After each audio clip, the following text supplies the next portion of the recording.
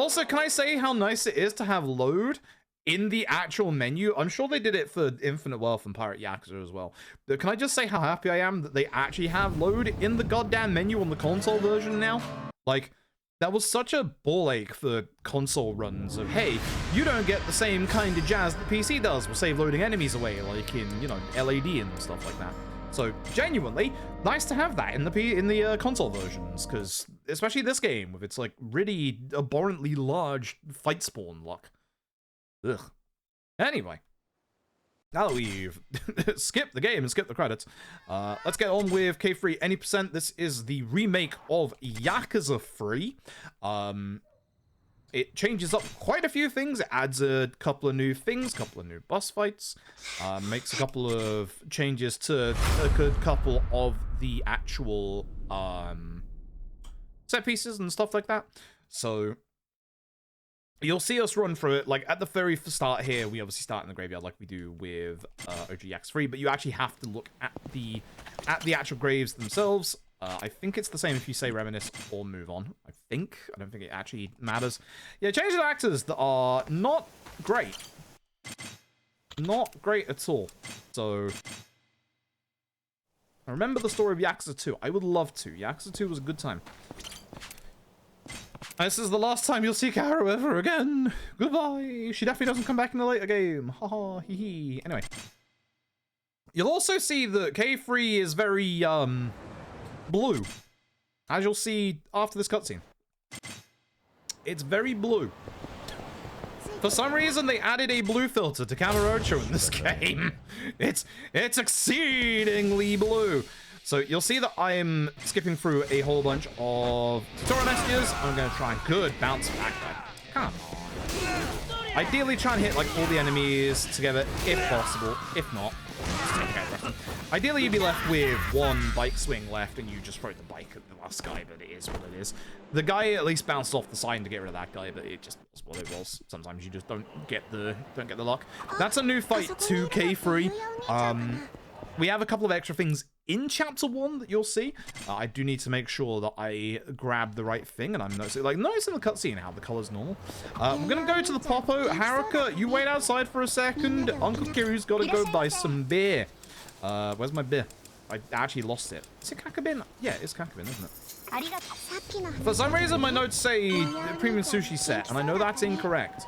I know that's very incorrect. Anyway, this fight is normal, like it is in OG Yakuza 3.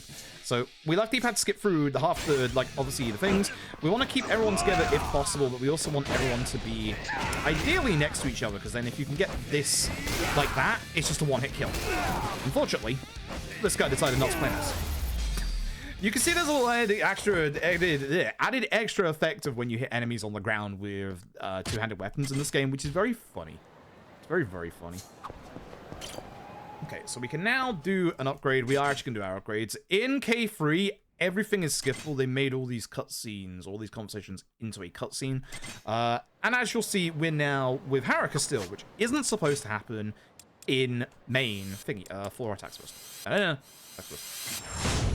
There is a very, very quick and easy way to get overpowered as heck. I might not have enough money for all of the above. I do want middle, left,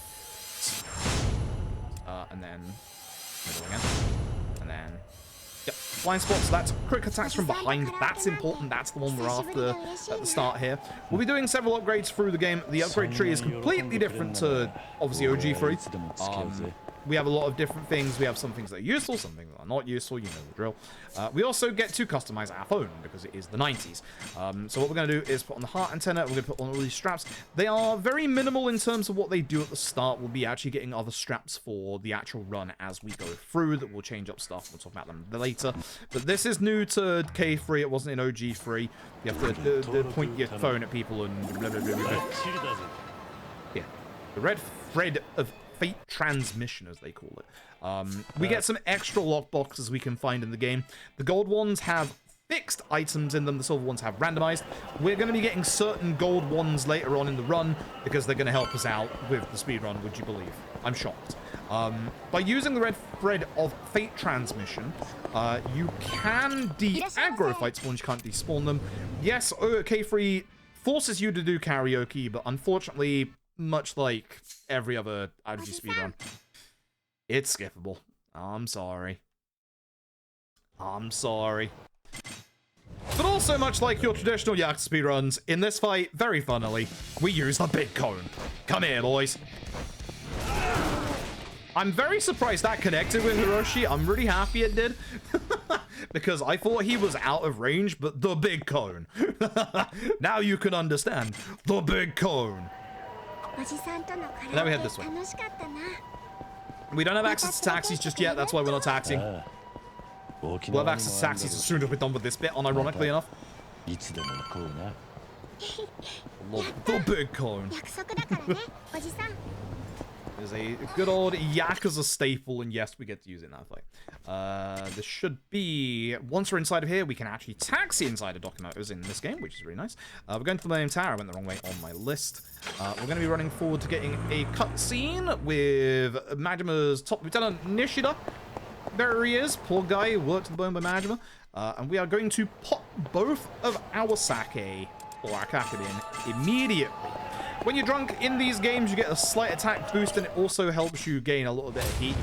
We're going to be taking out the guy on the left at first. I'm going to just hit you. We're going to grab this pipe. We're going to hit as many of the enemies. That sucks. This is the problem with K3. If you get hit once when you're holding a weapon, you absolutely, unfortunately, lose the weapon. It just breaks. It really, really sucks. Because now this means I just have no way of dealing with the majority of enemies in this fight.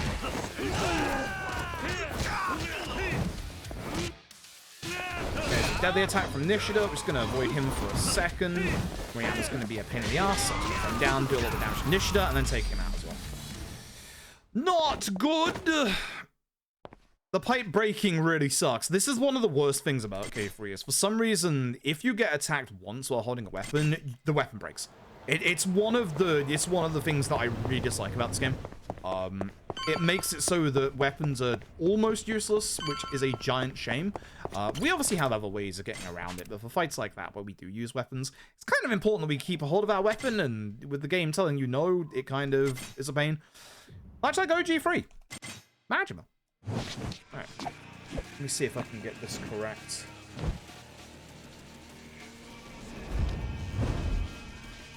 Okay. Because we still have our sake on, which is good.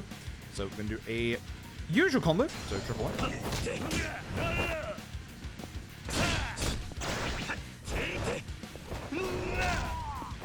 Not what I wanted to do, but it is weirdly working. That's all.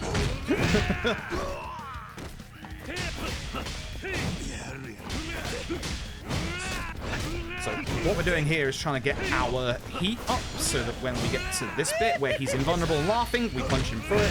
It's the same stuff as the basis that we've been using since Judgment back in the day, where basically an enemy will have an invuln phase, and to stop that invuln phase, we will just use a heat action breakthrough. It's being a pain. If I could grab him, that would be great, but he's not going to let me out, I think. Do that. Bit of a shame. We don't want to use the dragon finisher, but unironically, I think in this case, the dragon finisher actually would have been a little bit quicker. The dragon finisher is a bit slow. It is the same AoE-like attack from Yakuza 5. In the vast majority of cases, 95% of cases, using it is actually going to be slow. I actually think it might have been a bit quicker if I actually did it that time, so I'm a little frustrated myself. We're going to be heading over to... Oops. Underground. And we're going to be talking to Kashiwagi. Little Blood Kashiwagi. He's up here to the left, so we're just going to run up these stairs, head to the left. So this is something that is drastically different from OG3. These are the Reapers in OG3. They weren't actually introduced until you came back to Kamurocho in a couple of chapters' time. They introduce you to them early in this game. I actually don't mind that because it gives you, you know, more to do in Good Okinawa that we're going to go to in the next chapter, which we're actually going to go to right now. So I don't mind it that much. I actually think it's quite decent. Our boy Initiative gives us Dragon Reversia, a minigame I'm very surprised we never had in the series up until this point. You also get to hear a whole bunch of Lost Judgment music as well, because this game knows that Lost Judgment is one of the best games in the series. Yes. Yes. New beginnings, chat. Look at me and my new speed run. We're going pretty fast. Alright. So the start of this chapter is exactly the same as it is for OG3. However, this is the longest chapter in the speedrun for several reasons. We have this little issue of modern day RPG games kind of padding out their early parts by making you grind certain things. Dark Ties did it, this game does it. Usually it'd be the bottom option if this was OG3, but because it's the Dragon Engine, you can skip everything, just go for the top option. Nice and easy. So, we're going to be getting to the end of the chapter, and then we're going to be doing a whole bunch of side stuff. And I'm going to show you how you can get massively overpowered in K3 in less than 20 minutes. It is pretty good. Head to downtown Ryukyu, head to the right. You know the drill. Thankfully in this game it starts on head to downtown Ryukyu. We want to get our locker keys now, don't we? Yes. Okay, so K3 has us visit a new area or a new place just quickly, but before we do that, we're going to go grab this locker key. This locker key is one of our gambling... Actually, no, I think this is the gold plate locker key. We're going to head over here, away from that fight spawn, to this locker key on this side. This is the first of our gambling item locker keys. We're going to head over to this taxi, which is our second locker key. Gambling, coin locker, coin key, gambling, yes. What's up? I'm going to Churaba. Yes. So, money and gambling items. That's the important thing. So Churaba is a new place here in K3. Here we're going to learn the second fighting style of video game.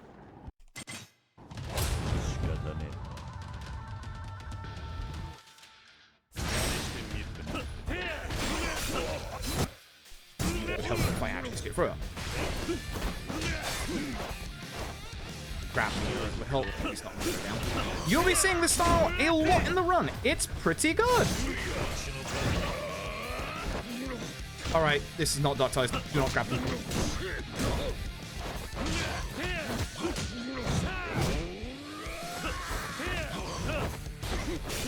Okay, so interrupting my attack. Appreciate it. Don't appreciate it. Not appreciate it. That was a bad fight.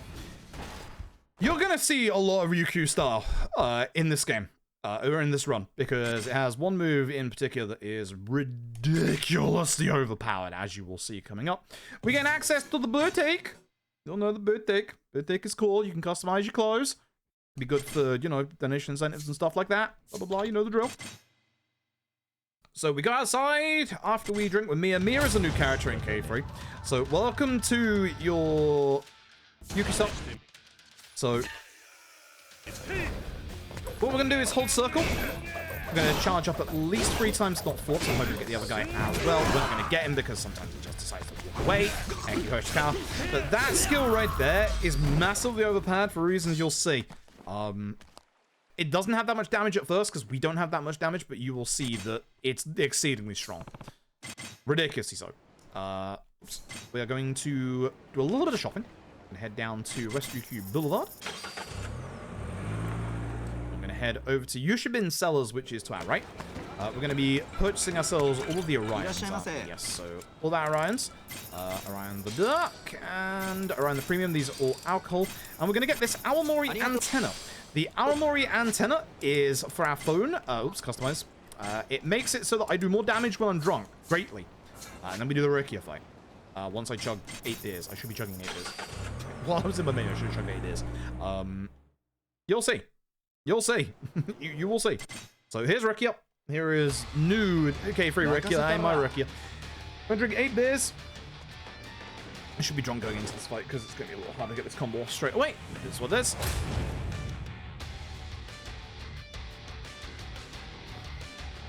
So... drink 1, 2, 3, 4, 5, 6, 7, 8.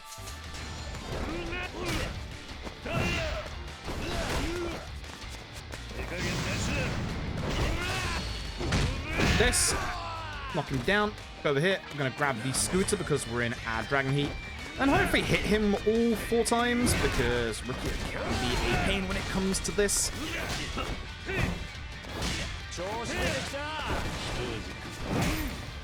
That's bad. So I'm supposed to do this to interrupt him, as you know, but I messed up the timing.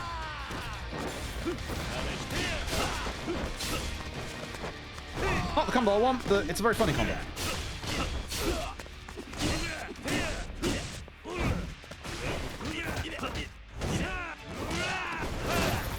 Tough fight. Kind of messed up halfway through, but it's fine.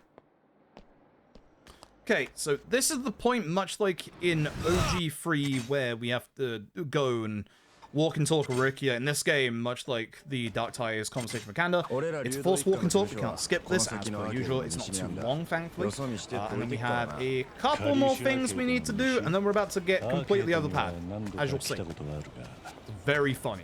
Mr. Smooth segues are pulled off. Heck yes, oh my.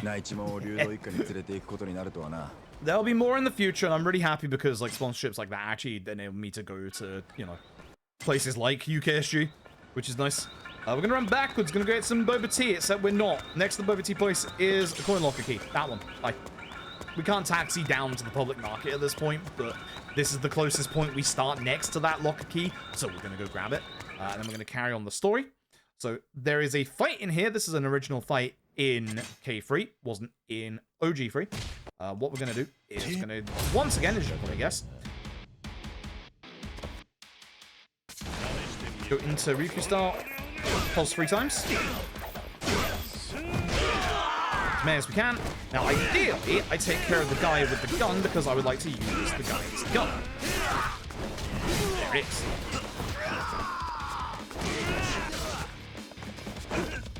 Gun, please. There's several gun enemies in this one. The guns don't shoot that fast in this. Now, fun fact about guns. Guns with 0 ammo still shoot in heat action. Good rule. Remember that rule. It's going to be important later on. It's going to be very important later on. I love it when that happens. All right, so at this part, this is pretty much the end of it. Yeah, the raffle's the next chapter, don't forget. We're gonna head over to these lockers. Instead of carrying on the story, we're just gonna be getting a whole bunch of stuff. So as I said, this is how you get super overpowered super fast. So we're gonna head up to the lockers and grab all the coin locks that we got. So as I said earlier, we've got the gold plate, the gambling items. Gold plate is obviously for selling, as you can probably guess. Red jewel, black jewel, 0 jewel for roulette. This is more plates, bronze, silver, gold. Head up to the monorail, I believe, if I'm not mistaken. We need to get money basically now. This is how we get super overpowered. Head it. Into episode. I'm here to sell. We're going to sell, obviously, all that gold plates and silver plates. We're going to, oops, cell phone, taxi to the public market. So we're going to do it inside from here. Okay, and we're going to head to the area over here. Super important. And fight spawn's very in the way, so we're going to get rid of it. And we're going to, this guy's going to be all like, oh yeah, you look like the type that would be in our little establishment. So I'm going in the establishment. So welcome to the gambling hall. We're going to buy chips. We're going to buy 1,000. We have 100,000 yen. Excuse me. Let me quit. Up. Blackjack with the VIP stakes. 100,000 chips. So the downside is if the dealer gets blackjack on the first round, we're in a bit of trouble. You want the blackjack amulet, not the dust amulet. We want to obviously max out our bet every single time. We can't, for this time, spend enough points. Do not.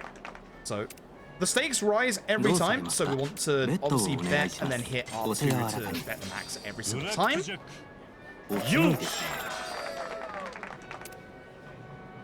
So we take the blackjack from the original Yakuza 3 speedrun, and also the roulette from the original Yakuza 4 round. And we put them both in this, which, again, you would think it'd be bad, but it's not.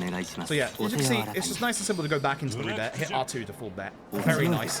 Good quality of life. We should have one more, I think, if I'm not mistaken. Please do not blackjack here, because that'd be strange. Yep, that's good. And then we can quit out on 43k. Then we're going to go over to the roulette behind us. We're going to go to VIP stakes. Whoa. Hello. And we are going to split the bet down the middle whilst also using the 0 jewel. 0 jewel makes it 9 or double 0. Head over here and then just put it on, obviously, in the middle and then in betting. We're guaranteed to win. And on the VIP table, you get a metric ton of chips from this, as you'll see.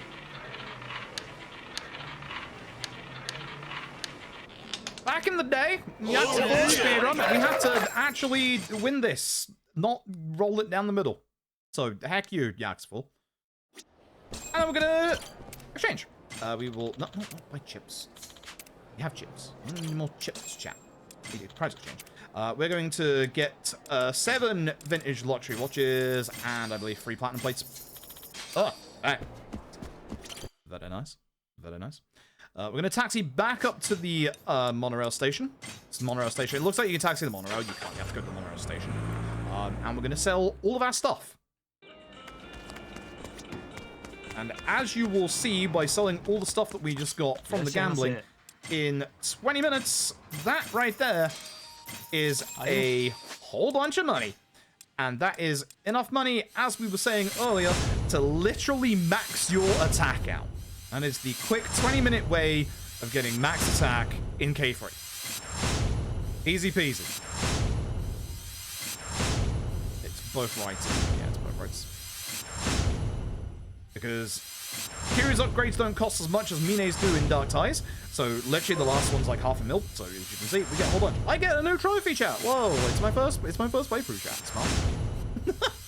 it's my first playthrough, chat. Smart. And then double right. That's the one. And then I want to where am I going actually? That's a good point. I should do. We need more alcohol. We need more alcohol, and then we need story. I need to remember. Alright. Oh, I would like all of your Aomori pots, all of your Hashibu, and all your bottled sake. You. Oh boy. A bunch of raffle tickets. Raffle tickets don't matter. Carry on story. Boom. He's busy. So, we're not done with this chapter just yet. If this was OG free, we would absolutely be done with this chapter. But because this is K3, we have a bit more to do. Wait. On the way to the raffle, don't forget my Baroners. I've got all this money, I should spend it on being a little bit healthy, you know? Instead of all the alcohol we just spent. So, on the way through, Maid of Drugs is on our right-hand side here. Oops, it is this one right here. I would like all of your Baroners, see if you play. We don't actually need the rest of them, but I will take those. So, this is your raffle if you ever played Yakuza 5, Lad Ishin, OG Ishin. It's exactly the same. You can roll and yeah, there you go. We didn't win anything, chat. Good job. The initial route of this run used to try and get a gold plate from this, which as you can probably guess was pretty ass. Thankfully, being the Dragon Engine, you can save load here, so it's actually not that bad. Instead, there's that locker key. We do need to get the picture of this. Weirdly, you have to go out quite far to get this one. It looks like I went out quite far. No, you do actually have to. It's kind of bad. That should be Heisei Girls. Heisei Girls, yep. Alright, so here's our big pain in the ass element of Yakuza Kiwami 3. The Heisei Girls. So we have to do a lot of this actual minigame. So we're going to do that right now. But because we have our attack up, we can now basically demolish pretty much most fights, especially early on. This should be a second fight here. Basically, we're joining a gal biker gang. They're having problems because a new gang has moved into town. She's actually the daughter of Mia there, who obviously you saw previously. That's Dokuza. She's not the daughter. It's actually Tsubasa in front here. So what we're going to try and do is going to try and dodge roll backwards in an attempt to have the main boss not throw at the speed. So I'm going to have to let this go, otherwise it's going to hit me. If he hits you, the other strat is to obviously build your heat up, then hit this guy with a hot hit of this. and then obviously try and do the chain afterwards. It's a pain when he's aiming at you. I should have let go the first time. So the more you pulse the chain, the more damage you do, and also the bigger the range. We will also get an upgrade later that increases the range of this chain as well. It's pretty good. It's pretty good. Very good, actually. So, the thing that we have to do in this chapter is we have to start bulking their numbers up. So what we're going to do is we're going to start going around town, grabbing a couple of new units for them to use, and then we're going to go and fight a couple of rounds of high side girls. Because we have to do this mini game before the end of chapter 4, we're going to do it now because we're here for it. And we can do a whole bunch here. So we want to do the fight that's across the street to begin with, which is unironically that one. The game makes us do this one. So we only have the 4 at the minute. It is fine. So we're going to do the same strat as before, where we're going to hopefully roll backwards and have the main bad guy in that focus. Fine. Again, if we can get everything off, it's great. If we can hold off on using our heat action, then that's good. Oh, Megaku, you just missed. That's a shame. It's actually a shame. Okay. So, we're basically going to go through, get a bunch of units right now. This is all massively important, unfortunately. And we need to raise our rank as well. It's just a pain in the ass. It's one of those RGG things of you've got to do our side content. And if we don't do the side content, we can't, like, get through chapter 4, which is why this chapter is the longest chapter in the run, because we're going to do every side bit that we need to do now, and then everything else is going to fly after that. So, speak to Saito. After Saito, it should be the West Bridge. Yeah. Now, don't forget, you messed up last time and you didn't actually get the person, so make sure you get the person. So, we're going to run over to this fight. We're also going to manage squad and pop in you. And start.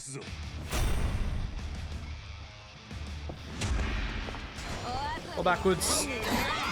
Not on me, but it's good.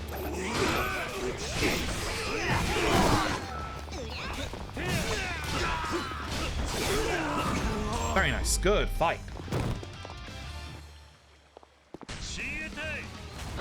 Okay, this is where we want the monster of Hatsumachi, which is just above us.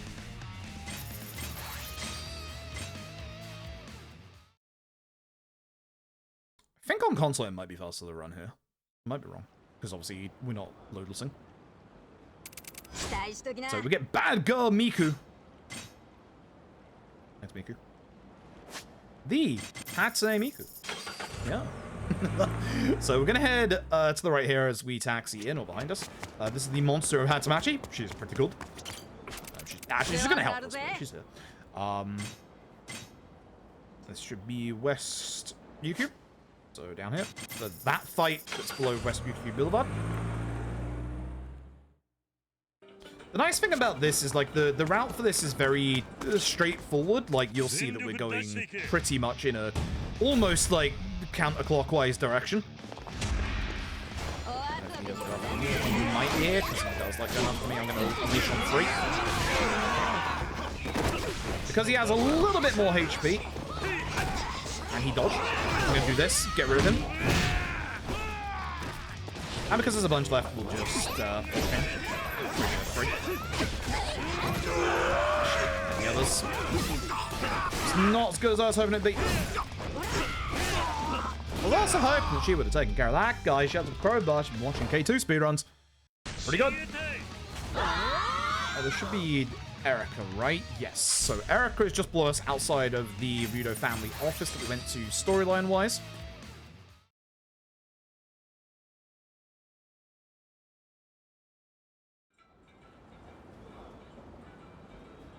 Also, again, much like the other RPG games, just because we're at max attack does not mean this is an easy speedrun. We are going to die because we're not going to get attack, health upgrades even. So, you know, at some point, it's going to get a little scary. So we get Erica the Rookie. That is 10 members. We want 15. Like, the game says we're now ready for Rumble. You need 15. So we're going to get 15 first. Roll the sub-story with the ramen. Start the fight. Start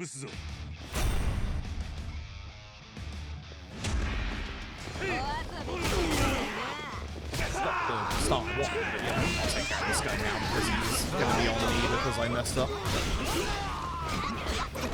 Also, maybe the corner might help a little bit. I was hoping everybody else would be a little bit more. I'm gonna spin 4 times. Hopefully, yeah, get the majority of them. Yeah, I think 4 there was the smart decision after holding it in that corner. It is what it is. Ah! I hate who does that. It does it in, it does it in old, Infinite Wealth as well. Okay.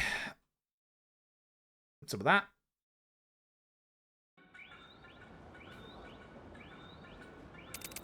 We get in Iron Fist Madoka. Got 2 more fights we're gonna do. So this fight right here.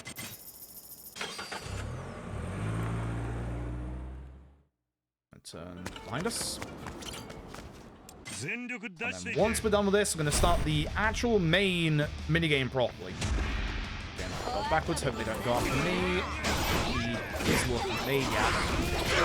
That was actually a decent leg go. I'm surprised I dodged that. It's a good thing he used the slow move. I probably should just use the chain again.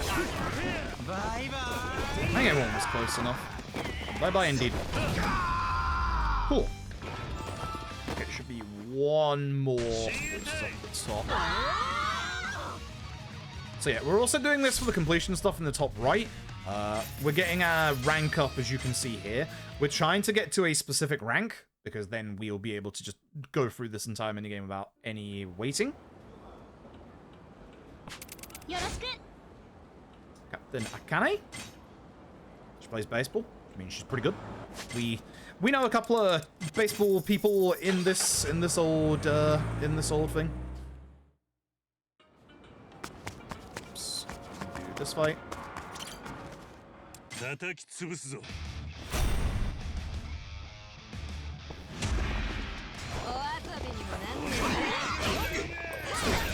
gonna full charge this one.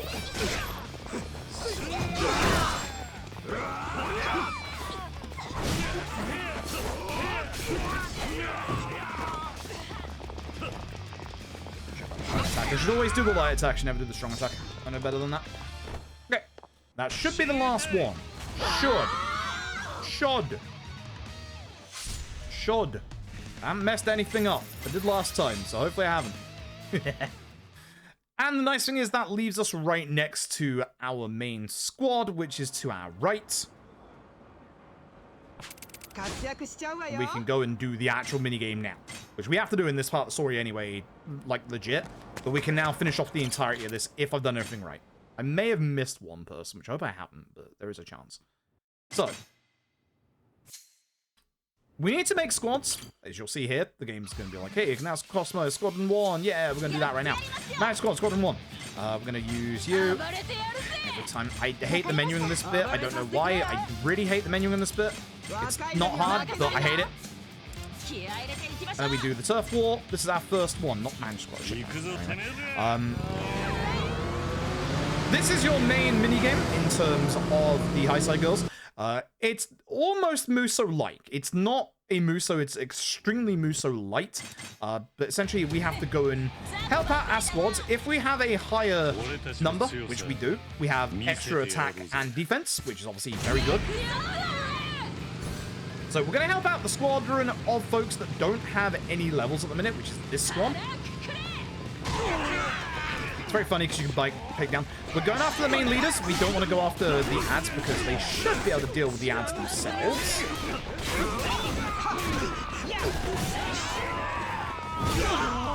Nice. I'm going to go help the other squad. I should probably follow that squad for now, but it's fine. Squad has a little bit of starting problems.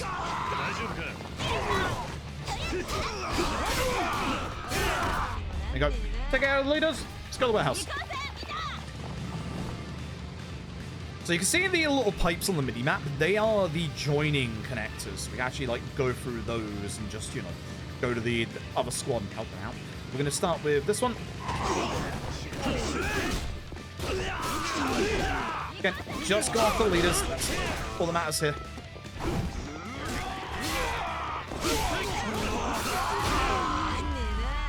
help the other squad.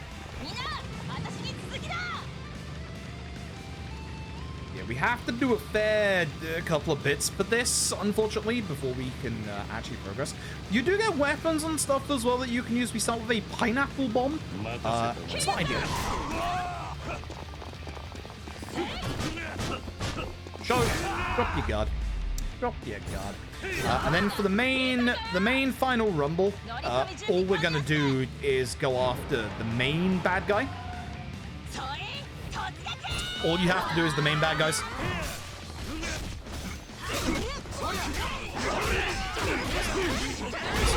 You know what?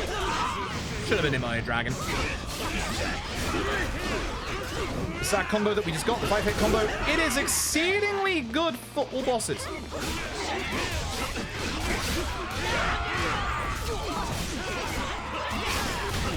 Very nice.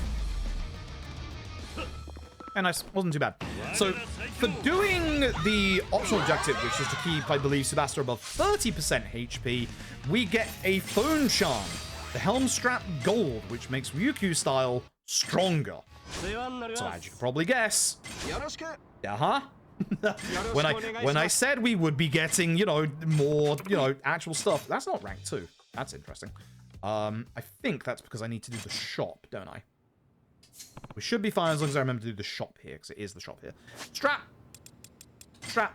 Change the first one for our helm. Squadron 2. You're going to be, again, same as before, so just... And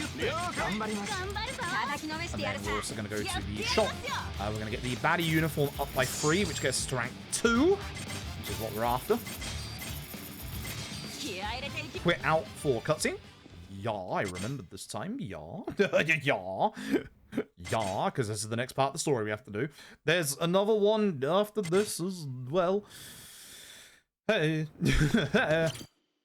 Total Annihilation, Legendary Battle. So always go for the Legendary Battle, and then that's all we do. Cool. So we're gonna go help Sakura. She's a, you know, the old friend of the main characters. You know the drill when it comes to these sub-stories. So this one is just a big fight in this gym. We should have way more enough points than them. And we're gonna start spinning our change before we get going after like the main bad guy as well. Me, that's fine. You wanna go after me? I'll go after you. Okay, if you could stop in front of me, that'd be great. Gonna full charge and just unleash to hit as many as I can.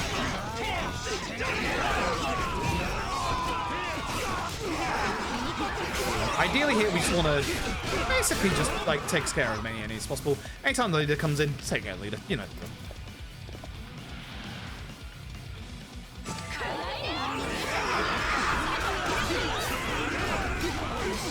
This guy's sword is going to be important.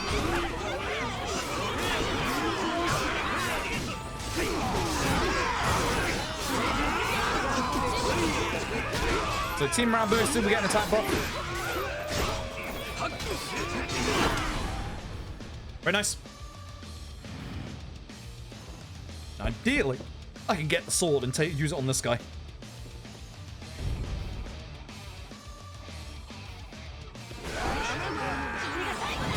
Not you, sword. You broken the sword.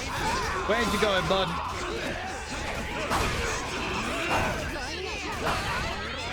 Not ideal, but still, that'll mostly kill. One more hit would have been great. And again, you know the drill. Got the leaders.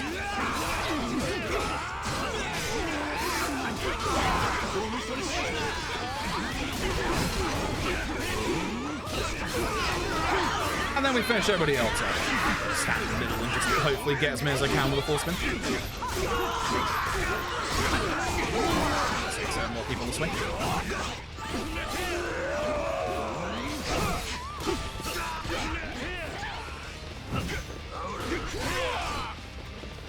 You can hit him, you know.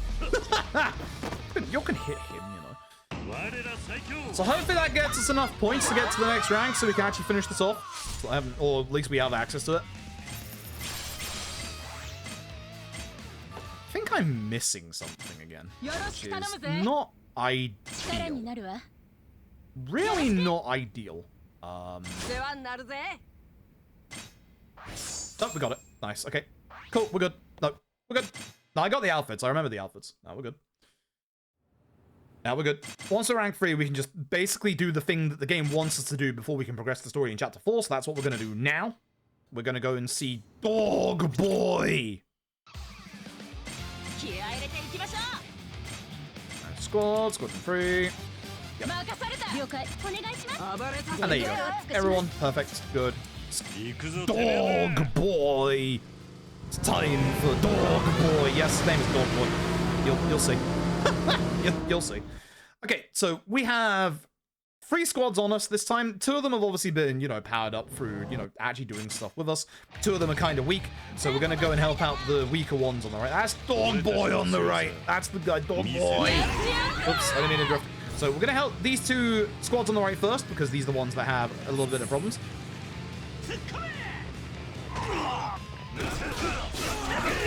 So again, leaders.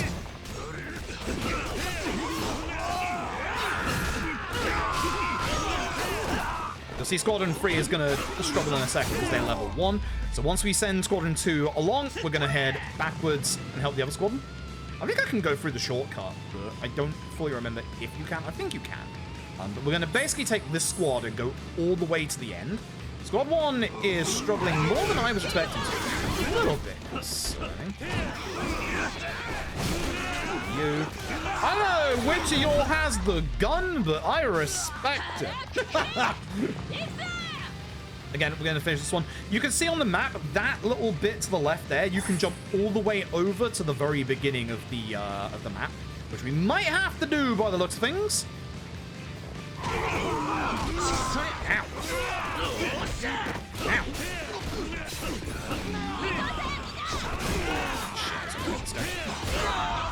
Nice. I think that squad is probably pretty good. Squad 2. They're half HP, but I think they'll be fine. So I'm actually going to jump it. I'm going to go all the way over to the other side.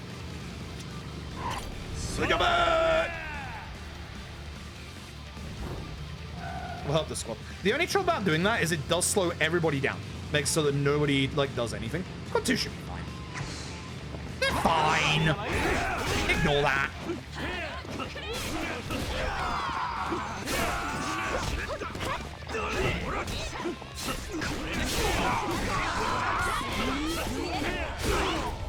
Okay, so yeah, the main squad's gonna get a backup wave, but that's fine. We obviously go over there and help them. I should go and help them a little bit earlier, but it's fine.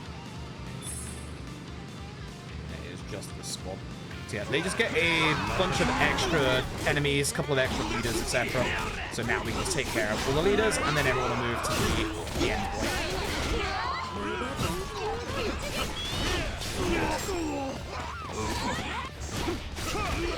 Ow.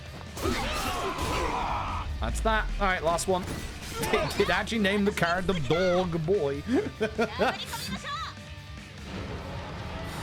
Dog Boy. Once again, you know the drill. Take out the main leaders. There he is, Dog Boy. Well, there he goes. There's Dog Boy. Where's the leaders? What's where they are? A reminder that your most invaluable tool in this bit is the mini-map in the bottom left. Use it to figure out where the leaders are. They are the purple arrows. It's nicely easy if you use the mini-map. That was pretty good. Felt pretty fast. GG. See you later, Dog Boy. And you'll see in a second that we get... There he is. Dog Boy. Fucking Dog Boy. Alright. That's that. We're done. We're done. That's it. No more high side girls. That's it. We're done. You have to get up to this point to be able to progress the story in Chapter 4. So now we don't have to. So now the rest of the run is going to be pretty damn fast. Like, actually genuinely pretty damn fast. We now get the promotion exam. That is one of the things we are going to have to do, It's one of the things we're going to have to do in Chapter 4. There's like 1 or 2 extra side stuff we have to do. Really? Who dis? Piss off. Oh, yeah, Mia, I've got 2 upgrades for the exam. But it's fine. Once we get into the morning glory, that's it. That's the end of the chapter. GG. Split. That's actual gold right there, chat. That is an actual gold right there. Oh, hell yeah. As I said, this should be a lot faster on PS5 than PC. We're going to find out. I am comparing against my real-time splits in the background, which is very funny. So, welcome to the orphanage stuff. In OG3, in 3 chapters, 3, 4, and 10, you have to spend time with the orphanage kids. In this game, they made it all essentially just a minigame. That is a bell pepper. Congratulations. You might notice something in a minute. I'm a bit stupid. Remember, with any multiple choice test, just do the same question over and over again, and you're guaranteed to pass the quiz. Guaranteed.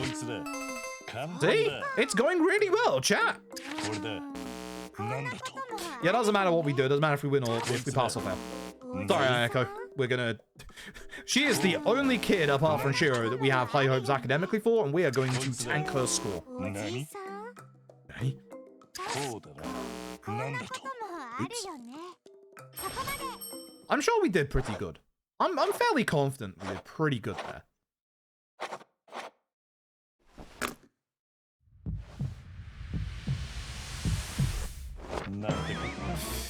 Kiryu's not a science guy. He only uses the science of his fists. So, yeah, essentially, all the kids got a little bit of extra story to them with the side content in this game. But they basically shoved it all here, which is good for us in the speedrun, because it's going to go ridiculously fast and make the rest of the game go even faster. This is sewing. You might think to yourself, can't you just, like, you know, do a semicircle backwards? No, you can't. Kiryu literally bleeds. So I'm just going to mostly follow the line. Mostly. Mostly.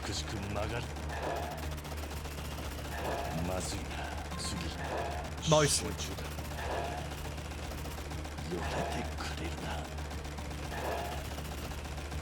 It's fine. Trust me.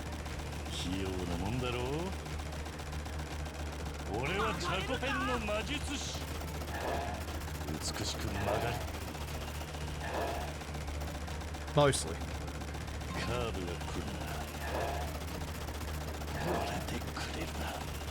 How sharp that term was. Mostly. Trying to take short because yeah, I wonder about that. You'll find that actually this one didn't go too bad, as you'll see.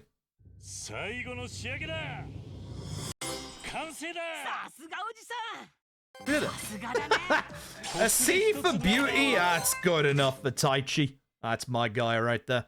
So, a lot of this is obviously redone minigames from, you know, previous RTG titles. You'll notice here, this is the garden from OG and Lad Ishin. Once you get past the tutorial, you can actually harvest all the plants via the sign behind you, but for the first time, you gotta do this, sir. This side stuff actually doesn't take too long to do, which is quite nice. I'm gonna grow some potatoes. I love my potatoes. I planted some potatoes, chat. Yeah. And, much like the previous RTG games, if you remember, Pirate Yakuza also had forced cooking. So does this game. This is all to become a better dad for the kids of the orphanage. We are going to make... Dragon Curry! Which we do actually have to do this one quite fast and correctly. Now, the nice thing is with Pirate Yakuza, it was mostly a set pattern. This time, it is not. RGG wisened up to have bullshit. Love you, RGG. love you, RGG. Love you, RGG. Also, if you're wondering why we don't do the shogi trick, oh right, I have to actually use the actual stick in this one. On PC, you can use mouse, but no, I have to use the actual stick. Yeah, if you're wondering why we don't use the shogi trick, they fixed it in this game. Love you, RGG. We know you're watching. Love you, RGG. I actually don't mind, like, you know, old speed tech being fixed for the new games, because, you know, it means we actually come up with new stuff in, like, the future games. You know, it's not just, how did that miss that one? That's upsetting. It's not just, you know, hey, we're going to use the same strat we did before. We actually come up with new stuff. Like, obviously, gambling in this game is ridiculously busted and overpowered in the first place. So, It's one of those things that I don't mind them, and I also quite like it because they don't go back and fix it in the previous games. Like, they don't patch it out in the previous games. That's the kind of speed stuff that I quite like when it comes to publishers, is that, you know, they could easily go back and patch it in the older games, but they don't. So we're kind of really happy about that, really respectful about that. So kind of nice. Kind of nice, you know? We don't mind having new stuff to find or new stuff to do in new speedruns, you know? Like, most people would think, aren't you mad that they've, like, specifically targeted stuff that, like, you know, works in previous games? No, not at all. It means we figure new stuff out, you know? It makes all the speedruns actually unique. Like, we get to do new stuff. It's cool. Very cool. Alright, we have Tamiya here. So, these are some new scenes, again, for K3. Also, we might be an hour in at Chapter 3. As I said, once we're past this bit, I can guarantee you this run flies. This is a new scene right here. This is Tamiya. I quite like these new scenes because they obviously expand a little bit the story in Tamiya. It makes a little bit more sense than just old Tamiya turned up and decided to change his opinion. This would be after we deal with the 3 kids in the orphanage in the original Yakuza 3, which takes about 15 minutes. So it's already faster than OG 3 in terms of this bit because we no longer have to do any of the orphanage stuff. So instead, we just go through the story. And it's going to go pretty quickly. You'll also see that with a lot of the set pieces in this game, they actually changed them up compared to the set pieces in the original in both good and clever ways. And also, again, because, you know, we get to fast travel anywhere with our menu stuff, we can just go, which is nice. But one of the things for story progression is that we have to get to, like apprentice rank or beginner rank with Mia's dojo. Because of doing the high side girl stuff, we have enough points to do that, which we'll do, as I said, in the next chapter. Now, we are going to mix things up a tiny bit here. There's going to be several force points where we cannot actually taxi. This is, I believe, an area trigger. I'm pretty confident it's an area trigger anyway, but you can run past this one and just get to this one. Some stories now on the map. Turn around. Here's a old favorite of ours. The guy helps out a whole bunch in a whole bunch of stuff. This is Oka. This is the origin story. They added it in this game. Of the Street Surfer. They back-ended it. Which is pretty good for us because the Street Surfer is going to enable us to do good movement in those parts where we can't taxi. Again, everyone starts here close enough. It should be a free-poster. Nice and easy. And the nice thing is, where this leaves us off now with the Street Surfer is very much next to the story beat. Right there. So we just get to taxi it. It's nice and quick. It takes literally, as you can see, like 20 seconds. And now we have a movement option in the parts where we don't have access to taxis.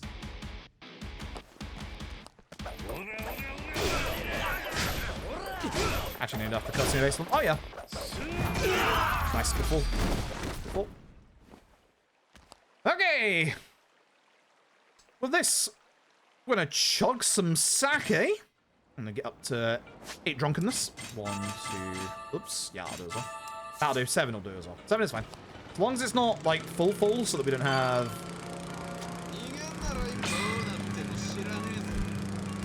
Okay. I was a bit worried about that, but we're fine. Tapshare Family Office got put up to the top here instead of on the left-hand side, but yeah, we can carry on here. So, one other thing about Ryukyu style that's really good. Your hold strong is this hold. It's pretty good. If you don't forget to do the last hit. It's pretty good as well. As well as obviously the actual chain. We can use that to basically like mop on a whole bunch of enemies where we wouldn't really want to hold the chain for and like, you know, spend some time like this, for example. Like if you can do that right, it's pretty fast. Now, this bit got extended, this set piece. We have a couple of more actual fights that we have to do. So, it's not too bad. See, we can just break through them. We're going to break through every enemy here. Yes, there are gun enemies. We're not going to matter too much about them. I should use my strong. Excuse you. We're going to upgrade now. We want to do... Yes, you want Cuisine Connoisseur. Don't worry about it. Quick step, and more importantly, Dragon Boost duration. So our Dragon Boost now lasts a little bit longer. going forward.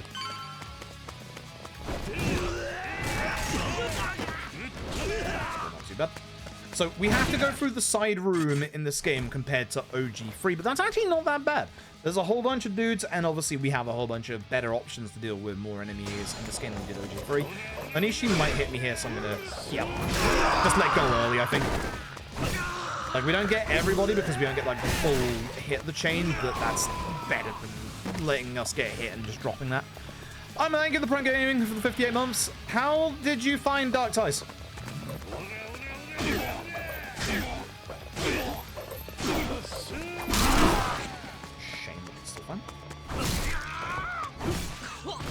Downside is I'm now on the opposite end of the room to be able to get out of here.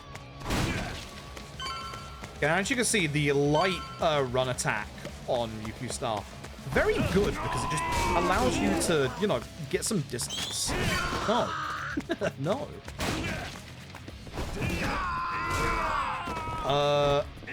I screw up. I did. I was supposed to bring the gun in here. I'm stupid. I just realized. I was supposed to bring the gun. Oopsie daisy.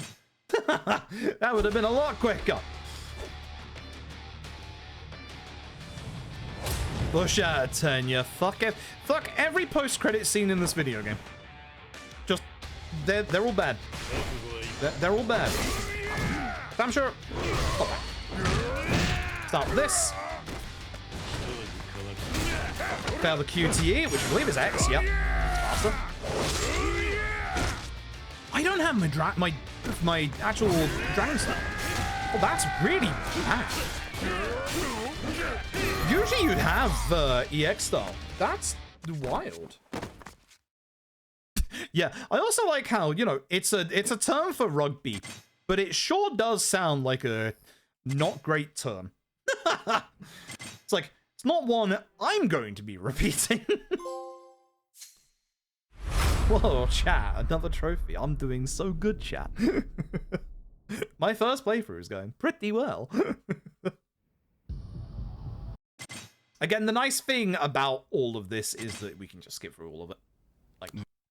Like this was like, you know, voice cutscenes in OG3 that you had to mash through. In good old K3, everything is skippable. Like, Dragon Engine is a wonderful thing. So we just have to, you know, get through this as per normal. You're supposed to run back to your house in OG3 and rest up, but in this game, it's just like, ah, no, we'll just push you forward. Oh, there you go. We'll just, you know, get you through this. It's fine. Takuchura. And this is where we need to do all of the optional stuff before the game actually lets us carry on the story. I think on console it might actually be faster just to, like, drive up here.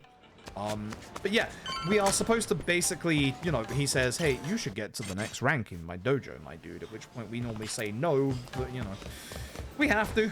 But the nice thing is we already have the points because of doing the high side girl stuff for his daughter. So, you know, cool. Second option. Almost forgot. Almost forgot.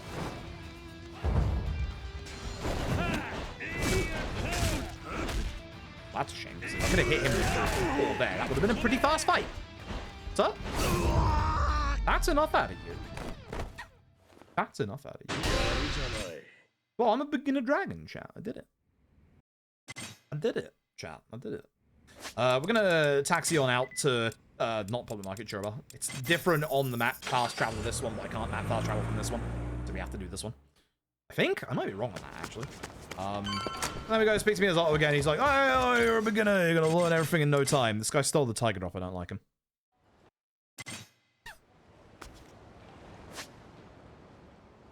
So we now have a little bit of extra story where we go and see Toma, who is, basically trying to get the land resort deal done so that, you know, we lose our orphanage, etc. But Kira's like, oh, I quite like your, you know, heck you. Kira's like, you know, oh, I respect the fact that you're really determined by this, etc., etc. It's just some extra, you know, story stuff they added to this game. It's whatever. That's the guy. In OG3, he's a pain in the backside and is, like, locked for, like, 20 minutes until we do the orphanage kids stuff. In this game, he's not. So, as you can see, the map marker is on the high side girls. This is be where we have to do all the side stuff. But because we've done all the side stuff, all we have to do is go inside, we get this small little cutscene, and then we leave. Bye. That's it. That's it. So usually this chapter would take like 30 minutes in OG3. There's actually some really cool tech in OG3 for this bit. But in terms of K3, now we're done. That's it, we're done. It's genuinely really nice. I don't know if there's a good way to fast travel with the dragon statue there. Also, unlike OG3, you can actually run inside your house. Second option? No, not option. Okay. Couldn't remember if it was first or second. My bad. Hi, we're now in Kamurocho. Congratulations, everybody. We did it. We get on with the game a lot quicker in this game. All right.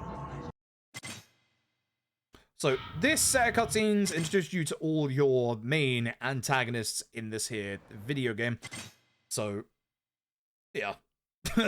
Yeah. We get new Reapers because we're back in Kamurocho. And also the Raffle Ladies here. Drop by when things settle down. I'll drop by in the next chapter, but not the raffle. 1, 2, 3, 4.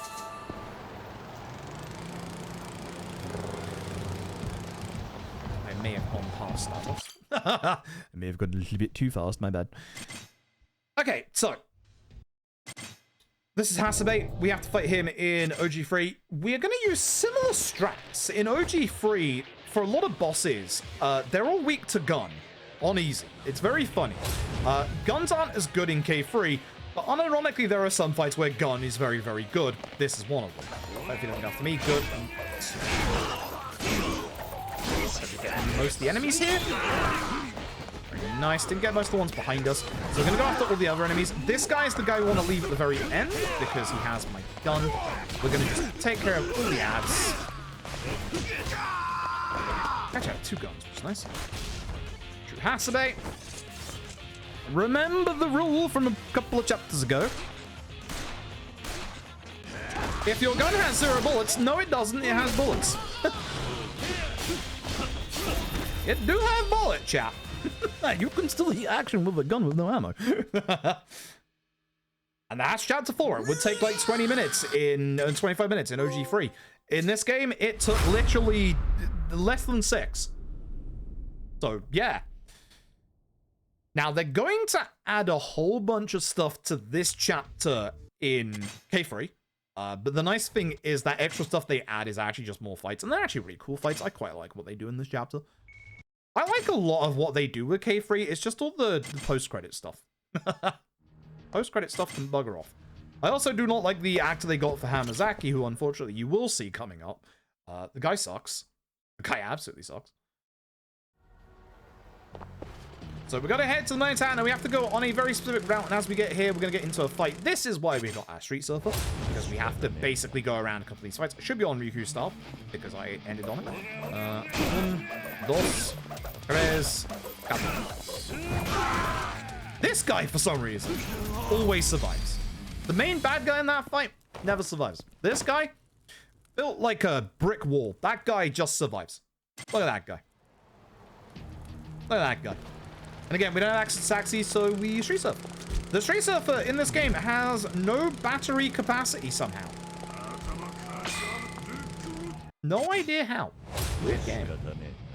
Weird game. We're actually going to start with the Orc. Because the Orc good. You can get everything off. It's good. Yeah, Foreigner C is the brick wall. I want to be Foreigner C in my future life. And then we basically just go the same route that we would do for OG3 at this bit. In OG3, we go down to the Kombini down there and get a locker key for a shotgun. We're not going to need that in this game. This fight spawn does have me a little worried. I think this is an area trigger. I'm pretty confident. Yeah, it's an area trigger. Before I go down here, we are going to get to full drunk. Or at least 8 works. 8 does work.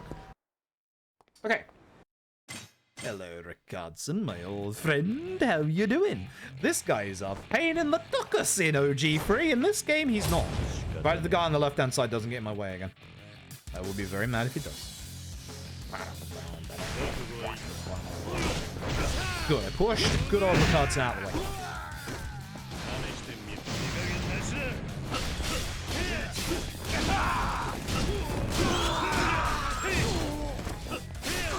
Good fight! Very good fight. All right, so at this bit, this would be where we would be chasing Mac. RGG removed Mac from this game. I'm not happy about that. Very not happy about that. We're going to do a little bit of extra stuff here. We would in OG3. We are here.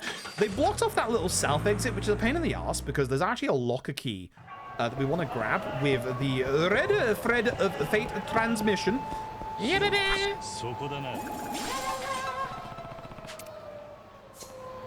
We get another tutorial on our coin lockers, despite the fact we already had a tutorial on the other coin lockers. Yes.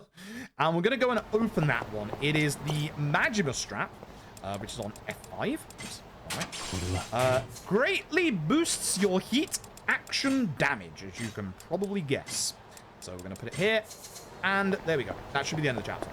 Yes. I'm supposed to taxi the Millennium Tower, but I'm fairly certain on console it's faster to run in here. I'm pretty confident it's faster on console just to run in here. So we're going to do that. You miss Max, so do I. I love the fact we're getting, you know, more representation with bloody Snoop Dogg in Stranger Than Heaven, but you'll cut Mac out. You don't get to, you know, add in the blunt guy who's also had sexual assault charges, by the way. What-oh. It's one of the reasons why we heavily dislike Hamazaki's new actor in this game is because he is an absolute sex pest. God damn it. RGY. Hey, that took 4 minutes. Pretty fast, as said. We're going to get a chase section here in K3, which again, they have co-opted to do in the new style of chase sections in the more recent games, which means that everything here has a very specific direction to it. It's very easy. I could do this by not even looking at the screen. These aren't skippable, sadly. You can skip, obviously, the dialogue halfway through, but you can't skip the actual cutscene itself. But for these chase sections, I know the first one is right. You know. Yeah. I also think I prefer Mac. I wish that we still had Mac. It really hurts as well in the fact that we were supposed to have Mac in Laddition, like with a really fucking cool design. Damn you, RGG. Oh, his Laddition design was so fucking sick, and also the fact that, you know, he's the photo guy, and he would be introducing the new photo mode. Like, oh my god. Like, RGG, come on. Come on, you had a literal easier layup. The easiest layup of your life. And they messed it up. So yeah, no, RGG ain't beating the allegations. That's the last bit of the chase section. So again, this whole bit has been shortened compared to OG3. So in OG3, we would have to literally follow Date across the entire map to his quotation mark secret hideout, which is pretty obviously Serena, and thankfully this game just sends you straight to Serena. All of this would be tech skip in OG3. In K3 it is one big cutscene, so we get to just skip it in the speedrun. So again, for the speedrun, it makes things a lot easier. Remember to go to Tenkaichi entrance, my dude, because you've forgotten, and if you forget again, you're not going to be able to progress the story. So we do have to go to Tenkaichi entrance in this game just to move the story on a tiny little bit. In OG3, we'd have to walk all the way up to West Shichifuku Park, but here we can just go this way and then taxi straight out there, which is genuinely kind of nice. I'm actually going to use the taxi right here, because I can just go straight to down by 2. I have to remember, down by 2, down by 2, down by 2, down by 2, down by 2. There's a closed shop there that wasn't in thingy. Rick here was standing on the bench. I'm fairly certain my eyes did not deceive me there, my dude. That's not how benches work. He got found by Hamazaki, which in this game kind of gives a little bit more plot sense to the fact that, you know, yeah, it's like Hamazaki that finds Rick here, etc. It makes a bit of sense, but also, heck, the Hamazaki, the guy sucks. Treats up all the way up to here. We're going to drink to 8. Oh, we're going to run to the entrance of the hotel and go inside. Also, they didn't model the interior, as you can see. So you can point the camera up and just notice, ah yes, there's no building here. So this is a big set piece that you can skip a whole bunch of in OG3. I quite like what they've done with this in K3. missed. Rickier, my boy did. So, in OG3, all you have to do is go to free certain rooms and then find Kanda. In this one, we're going to get a couple of extra fights. You don't have to go to floor 5 in OG3. But what we're going to do is we're going to go to split rooms on this one because it still keeps that whole, you know, you still have to go around and find Kanda, and he's still in the same rooms if you know which ones they are. So I kind of like the changes that they do with this one.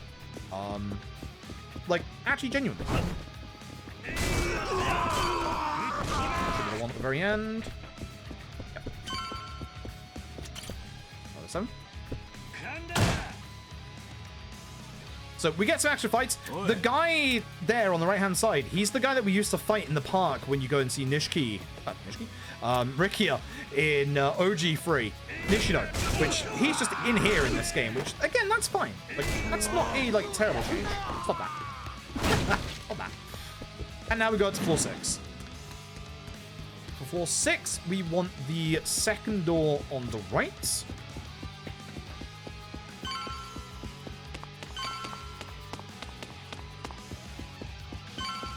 So, this one, not the buzzing room, the creaking room. Blood. Like blood.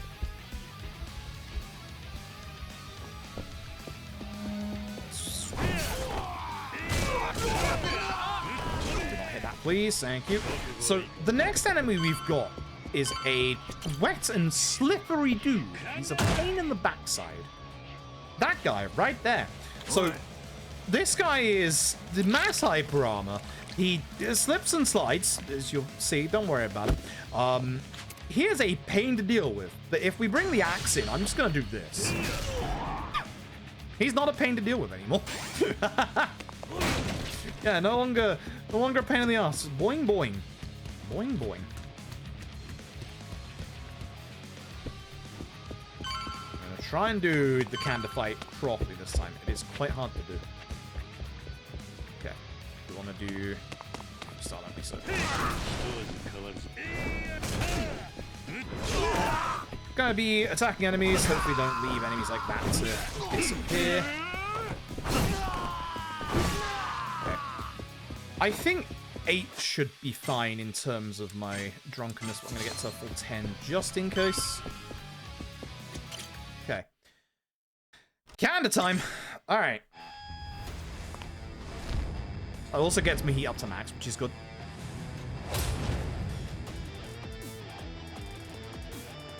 So, we're going to try and...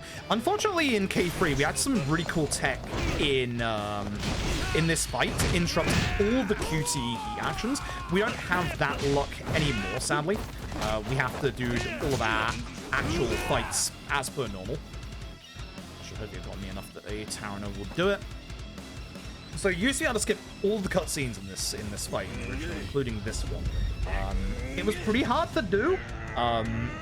There was a lot of like little things that could go wrong, like the step at the back of the room into the hot tub. That acted as like a different like kind of layer. Same with this one. So we should hopefully. And I'll take that mic. Nope, that's a shame. That's what I was worried about. Because ideally we want to interrupt him with both of these stalls, etc. We're not going to have it for the second one, so we're just going to have to do a little bit of extra work. Just a shame.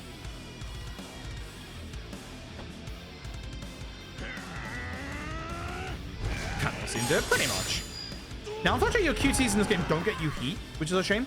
Because that's going to cause us to obviously lose a little bit of precious, valuable heat generation.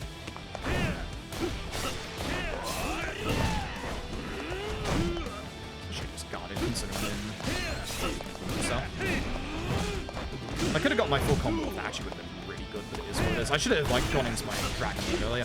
Breaking his aura basically does this, and then you get this cutscene, which is...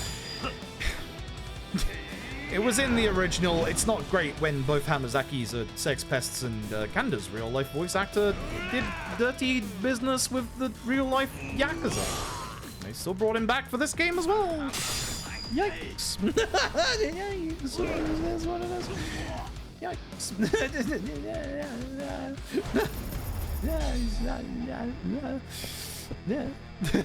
Nice sofa, Kiryu. Yeah, no, I kind of like that you can't skip through all the QTs in this game, unlike in OG3. It makes, again, both games completely different. Nice thing about taking Ricky around Kamurocho is that we have access to taxis anywhere, and there's one right outside of the Kanrai. Don't forget to hit the button, 420. 420. I did it. Split the goddamn bill. Much like in OG3. Do not let Ricky purchase all of the stuff. We're splitting the bill.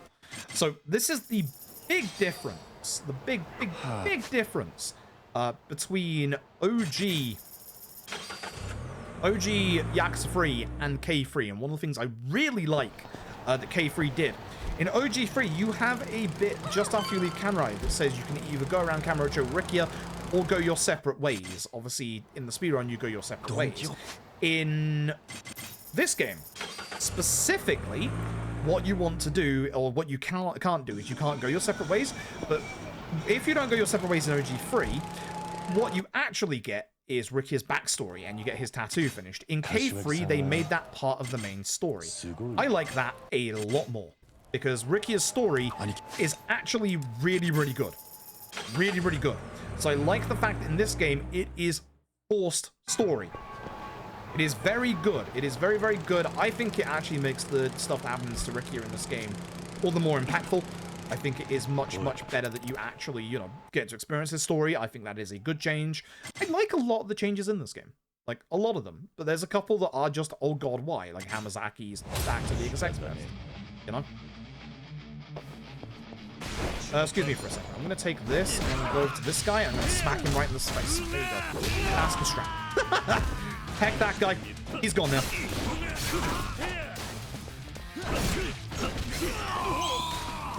Nice gun, you missed. Yeah, I like Rikia's storytelling. I'm glad they made it canon in this game. Or, you know, not canon, but, you know, forced. And despite the fact that, you know, there is extra stuff that we have to do in this chapter compared to OG3, it's still shorter than OG3 in this chapter. So Rikia gets his tattoo finished. Kutabori now sees what kind of man that he actually is. It's a very touching story. It's very important. Rikia's feeling super jazzed. We go to Tenkaichi Street, and then we end the chapter. Cool.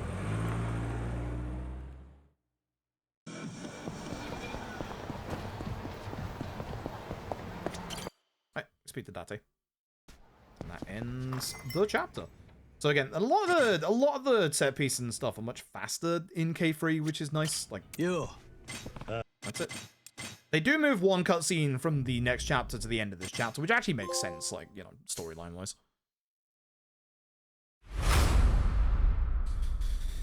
Good old mirror face. Alright, chapter 7. Okay, so this is going to be a chapter that has a whole bunch of extra stuff in K3.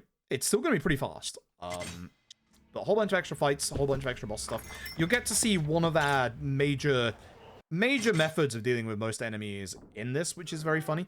That cutscene is unnecessary. I wish that cutscene was not in the game. It was added to K3. It sucks. It goes to show you that Kanda is still a piece of shit.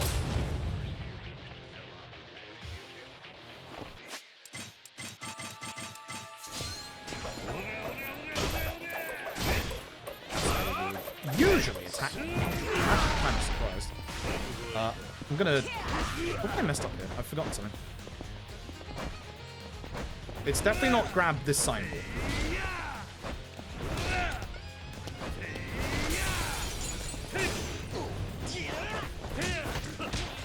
Do you not have a mid-fight? I thought he had a mid-fight. That's why I was waiting specifically. No, he doesn't in this fight. I'm stupid. I completely forgot. I was supposed to use the gun on my feet and just use the gun and the heat action like I did in the first Hasabe fight. I don't know how I forgot that. It's literally the same. The strat for Hasabe 2 is the same for Hasabe 1. I think it's because that fight is new in this game and I just keep getting confused. This is skipper once the scene changes. There you go. Oh, here's what it is.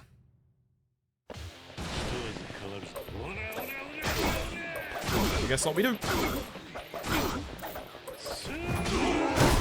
Or is it enough for getting everybody? This one is a little bit rough. Because there's a big guy here that will interrupt us. Yoshimura. So yeah, I'm just gonna unleash and then, you know, basically do it again. It is what it is. 4 will take care of everybody here. 3 won't. 3 will be just a little off, I think. Okay. And with that, we go to Fatal Square because we have a new boss fight in K3. We have a follow-up Kanda boss fight. There should be an area trigger, but just in case, I'm gonna go past these guys. I think this is an area trigger. Yeah, it is. Would have been fine. So here's how we deal with a whole bunch of dudes. So to get everybody close to us for the chain to work, if we break their line of sight, every enemy follows us. I got here first because now you are the one that hurts me.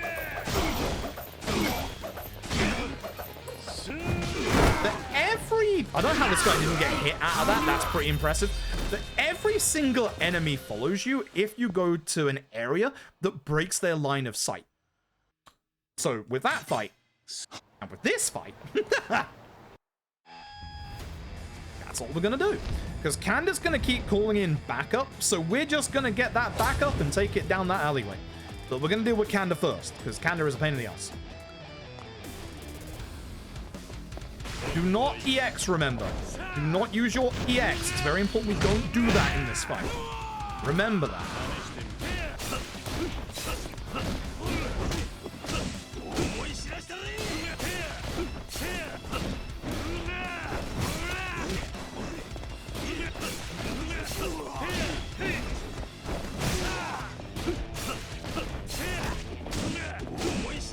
See how he's not taking any damage. I should have used my heat action there. It's fine. It's full combo. He's dead. Beautiful. Run down here. It's great breaking on his aura. Unfortunately, some enemies, as you'll see on the minimap, are just going to break.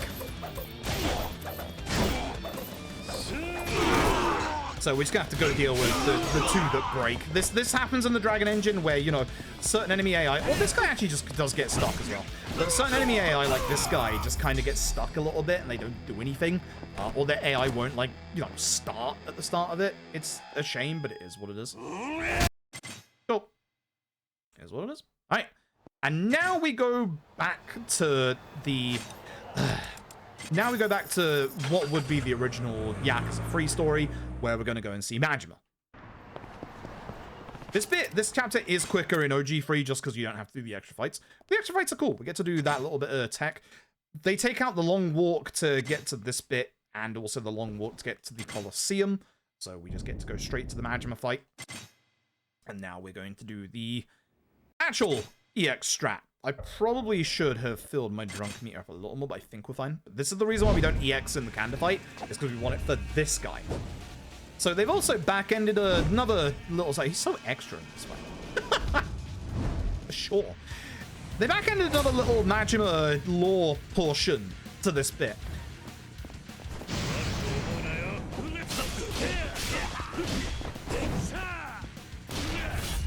His doppelgangers are very real, by the way. I think I'm supposed to fail this. I don't think I am.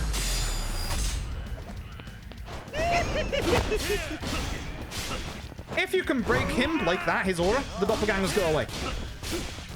Makes the fight really fast. Good timing. Very good timing. Very, very, very good timing. Beautiful fight. Absolutely beautiful fight. Absolutely goddamn beautiful fight. Very nice. Well, these golds are legit. As I said, I'm looking forward to seeing how much time we actually save real time on the PS5 version.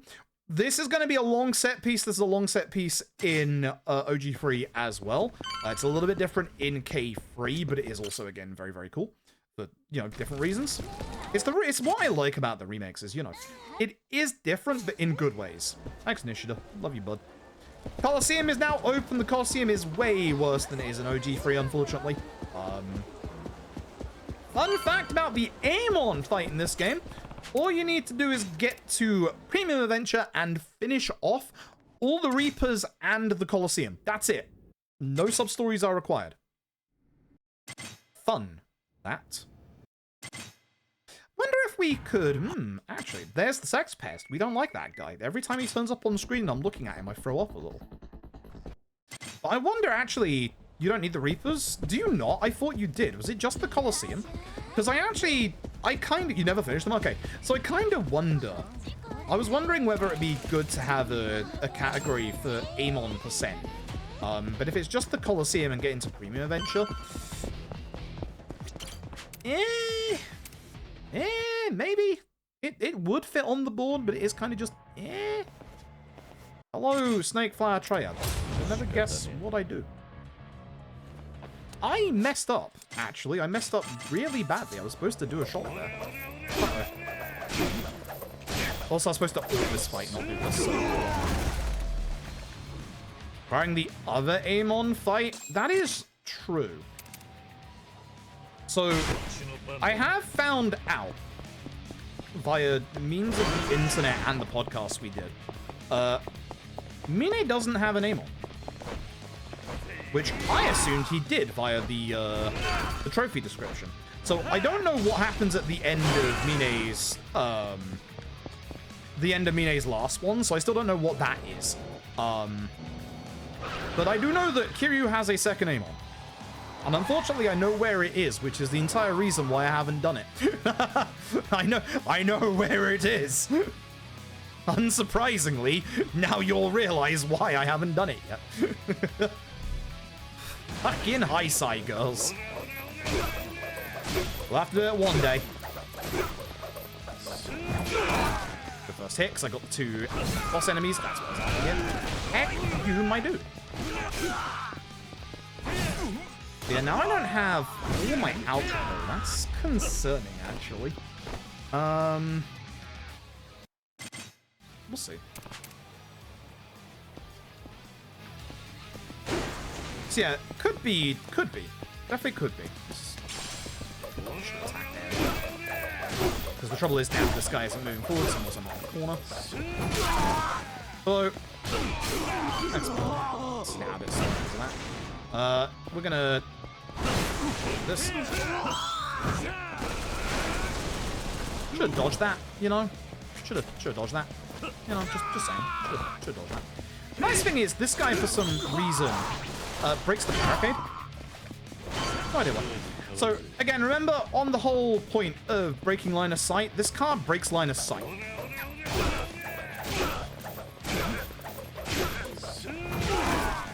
I didn't get this guy. That sucks. So we're going to take care of the 2 enemies here, and I'm going to grab the cone that is to that right-hand side. So just be careful not to obviously break the cone. Grab the cone, break the barricade with it, and then move forward.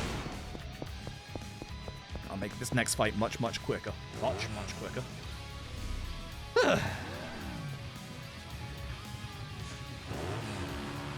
I think there's a can you can grab as well. Full high side girls run. Yeah. And like we do have some categories for Amon that are, you know, a little out of the way compared to others in the list. Like again, the obvious one is Pirate Yakuza, where we got booty percent, so that you have, you know, an actual Amon fight. So it's not like we haven't added, you know, categories for Amons with, you know, the games that have weird Amon unlocks. We could absolutely add one for Yakuza 6 that would be hyper fast. Considering, you know, you don't need Premium Adventure. All you need to do is the training with Sadachi and then the training with, Saito. Saigo, not Saito. Saito's the annoying piece of crap from Yakuza. One side, not the other one. Thankfully, that guy's not in the game. He is. Actually, that wasn't exactly the best one. Oh. I think it will, because if you look at the footage of the Kamurocho gate, you can actually see there is a normal cone and there is also a trash can of like the normal like variety from these games. So I'm fairly certain it will. We don't go into EX yet, so we're going to phase change first. So I'm fairly certain it will, just on the basis that we have seen that others do. Oh. Sometimes the damage from that one doesn't come out. I don't know why. Oh. And yet, you can't skip the QTs in this game, much like with a counter fight. You can in OG free, you can't in K3. Oh, you won.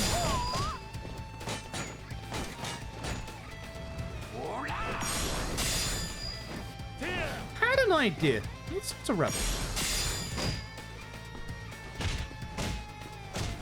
Actually had a really interesting idea for a submission for this. Oops, I failed that. That's a problem. It's not, I just kick. I can't on the backside. Oh, nice. That's going to be full damage because the aura break is right there and I'm still carrying on my combo. That's full damage. That's ridiculous. I've had an interesting idea I need to run past Rebel. What if we did a race of OG free K free? Because it would actually be relatively quick. Because both runs are about 2 hours long. I think K3 has the nod over OG, which is a pain in the ass. But it'd be a good way to showcase the differences in both of the games. Because we're trying to get the Dark Ties race. So, I wonder if that'd be a good showcase. Like, because I'd be stuck in Chapter 2 for 20 hours, and by the time that Rebel gets out of Chapter 4, I'd be getting out of Chapter 2, and then around this point, the run would actually converge. Which would be pretty cool. Please tell me the shop guy is still here so I can buy my goddamn alcohol. Yes! I'll have all these, thank you. And all these, thank you. Thanks, bud. Fixed. Fixed. We're all good. Fine. It's fine. It's fixed. Sex best. Anyway, we have one extra thing in this chapter compared to OG 3, where we got to go to the Millennium Tower and do one extra fight, which is kind of funny. Millennium Tower. I love that fast travel. I love the fact that it is an option now. How did you did it good. I forgot I have to wait for this cutscene before I skip.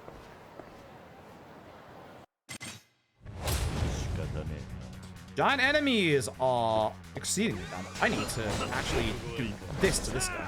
Break your gun. Don't hit me. Get out of here, Snake Fire Triad, boss.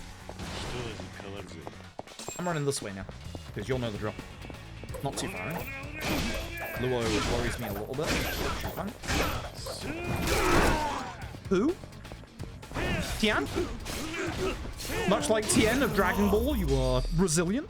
You'll hang on a little bit too much, to be honest. We don't need alcohol for that fight, but we do need alcohol for this next fight, which is a bit weird, because you think we wouldn't, because the next one is, you know, kind of simple, but this is going to make it so this next fight is actually really easy. I'm going to drink one round of the alcohol. Skip this guy's poor dialogue. Drag along this weird-ass journalist, and then off we go.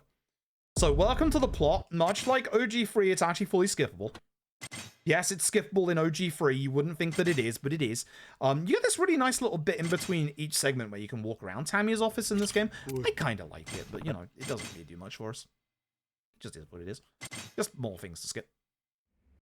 Here's your nice little break. You can, you know, grab a drink, etc. Pick up where we left off. Yeah. I think that's a text skip. I'm not actually certain. Anyway, this fight casually in this game sucks ass. It is a pain in the fucking tuckus. So this bit sucks because you have a whole bunch of shield enemies that are really going to get in your face and be really aggressive. But the nice thing is, it's actually super simple to deal with them. As you can probably guess, we're going to swing the chain. It is actually ridiculously simple just to swing the chain. There's one enemy that is a pain in the ass in this bit, which we're going to deal with him immediately. Switch to a Dragon Cell. It's this guy. Bye. And everything is done with, you know?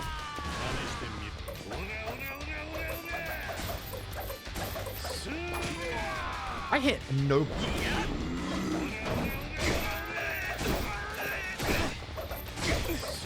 And as we deal with more and more enemies, more and more are just going to come in from the outside, and we just deal with them. I'm in a really bad spot, to be honest. I messed this up. Shoot these two. Nope. Ota! Ota! You jackass. Serious? It's gonna stab the guy.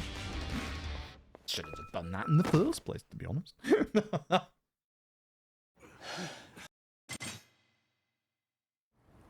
Oh, right, and then we get the extra sex pest scene. I forgot. And the extra scene with that guy who's trying to take our land, and it wasn't a god. And it was bad.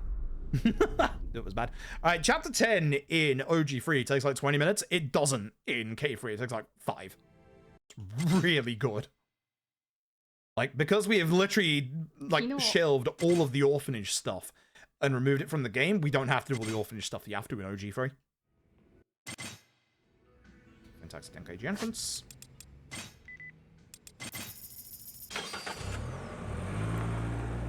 And then Okinawa. Which also doesn't cost 30,000 yen like it does in OG3.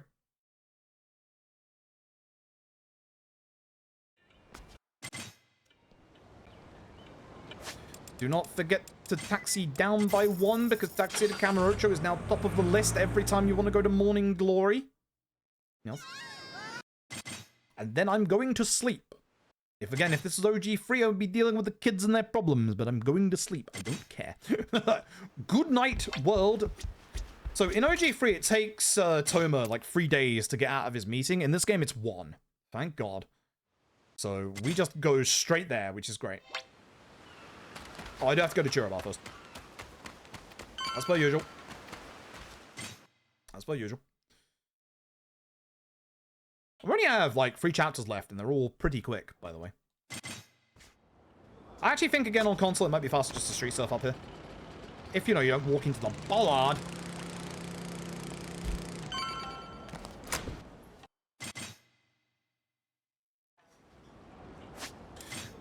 Chip to 8.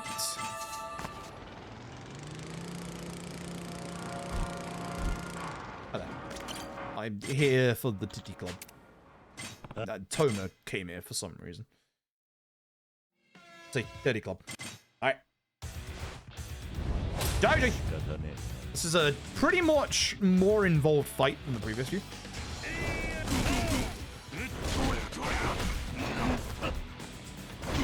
Good, I'm pushing it the way that I want to. Tarana and Tarana Plus. You. This one, I probably shouldn't. Actually, I should be fine at this point. Get me up and lowers his HP. Gets me to phase 2. He has a counter. It's a really... That didn't dodge. Okay. It's a really good counter. Like, I knew he was close to this bit. That's why I was trying to do it. He does. He's very... A lot of the fighting in this is actually quite... It's quite faithful to the original, which I was very surprised about. Very, very surprised about. Oh, I was supposed to level up. Uh-oh. Oh, I can do that now, at least. I also was supposed to dodge that, but, you know. Oopsies. Oopsies. I want to get you. There's a counter, which is important, and I don't have the points. Well, fuck you, guys. Of course, I know what I want to do.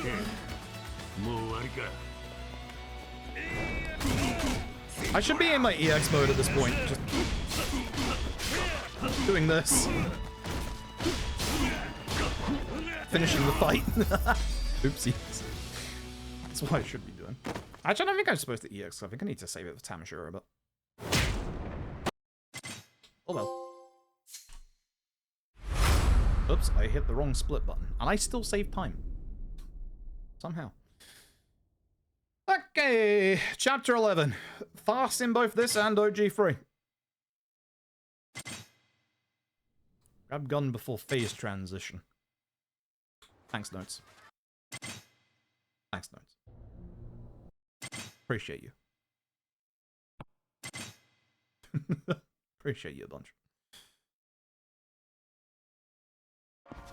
Okay, we taxi to the monorail station, which I believe is... yep. It's up in this list. It's down in the other list. It's up in this list. We'll go speak to Taichi. Okay.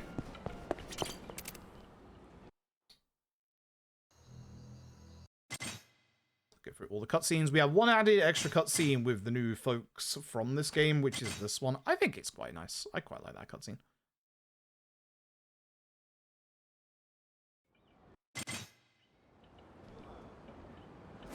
Drink. Oops. To 10. All the way to 10. Yes. Ay, ay, ay, ay, ay. Bad menu, eh? Ay, ay, ay, ay, ay. I'm gonna blame the DualSense for that one. Alright. So, unlike the previous fight where we get a bunch, or OG3 where we get a bunch of backup in this bit, everyone is spawned in this bit, so we're just gonna run drunkenly over here, behind this wall. You know the deal.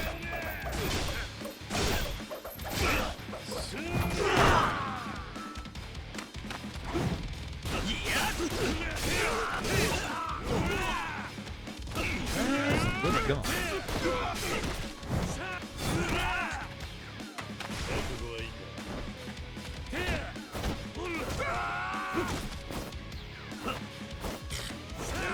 Layers. QTE. So who's the gun?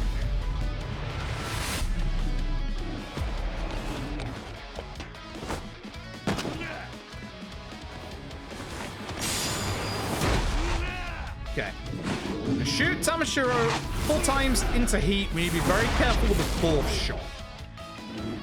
So he's going to keep summoning back up here, which is a pain in the ass. We're going to be a little careful.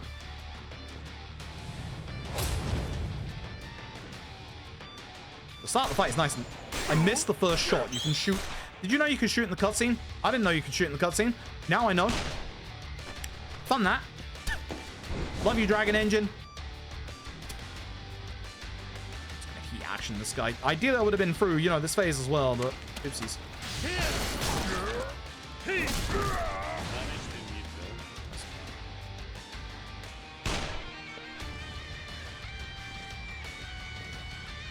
Straight into my EX.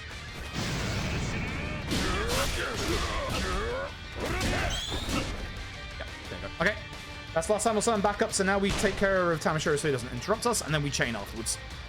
That'll be the end of the fight.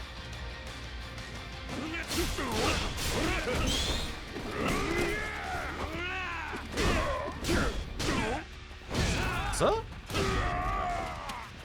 Okay, let's try and get in the middle of everybody.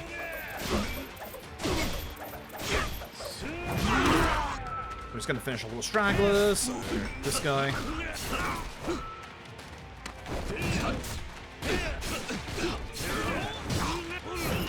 Okay. Not the best end. Not the best end. Okay.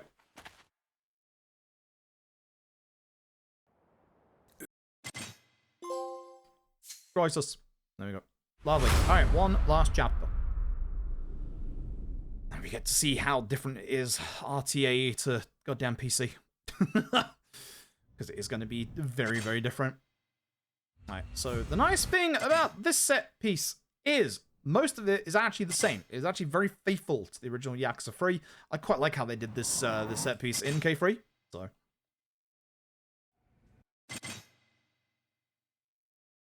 unlike talking to Haruka in OG3, in this game we speak to Date. Blah, blah, blah. I'm gonna walk inside. We're gonna get the sub-story with the Mama and Date, which we don't have to carry on. I'm going to go into my inventory. 1, 2, 3, 4. Oh. Good hospital. Forgot they didn't actually put it on that one. Alright, cool. So, once again, we're going to start off with a couple of shenanigans in terms of breaking line of sight.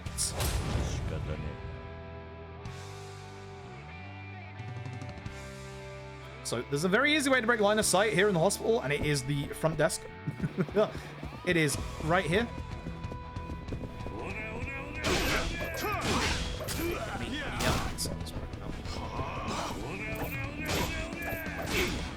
Okay, this is a bit rough. They're all pushing me all the way, but that actually kind of worked out. Again. You can see why it doesn't work as well from here, because obviously, you know, we're pushed away and, like, they can still see us. You want to be on, like, the flat side. But at this point, just clear out, you know? I miss the finale music from the original. crowbar for the last guy.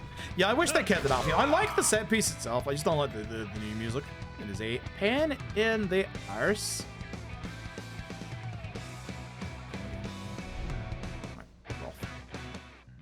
So, much like the original, we have to go after the captain, which is that guy right there. Not skippable. I knew that. So I wasn't skipping.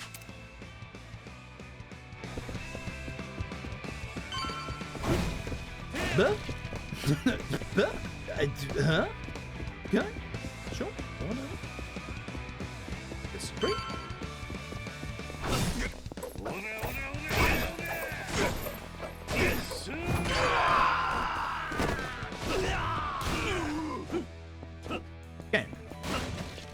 Game, behave yourself.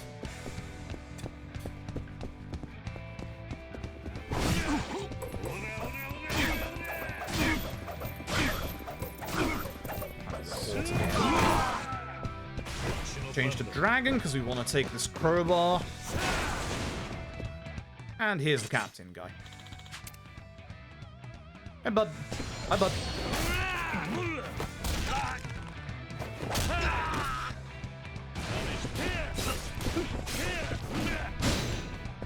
Nice. I can do that too, you know. Do that too, you know. Okay.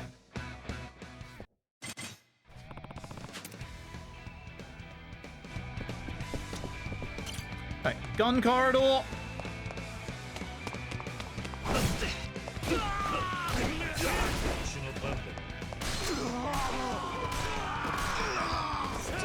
Take one gun, grab one gun, use gun, head forward. You know the drill.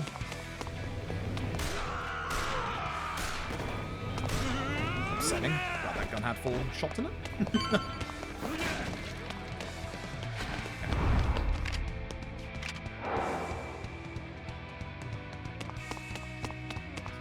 So for this bit, we're going to run forward, shoot these guys. Now, these guys are a pain, not just because that guy went to the right, but because the blockage here can actually block your shot.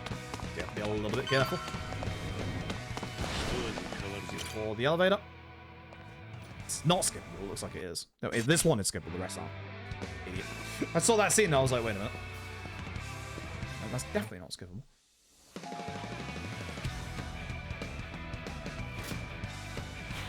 I think this might be cool.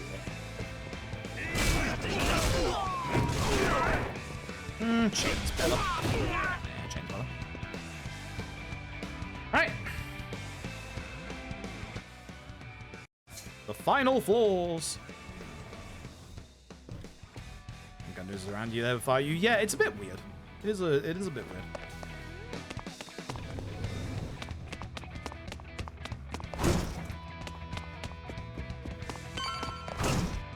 Okay.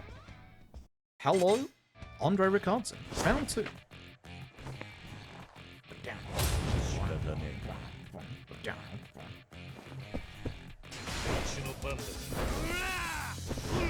You mind? He does mind. Okay, no heat action, that's fine. It's not like I wanted to heat action against the guy or anything like that. You know? It's not like I want to finish this fight in a good time or anything like that. You know? You know? Oh, that was the sofa player. I forgot. Yeah, that's the actual sofa player I've been doing. Whoops. Unfortunately, you can skip the cutscene of him standing up in this game, which is a shame. CIA.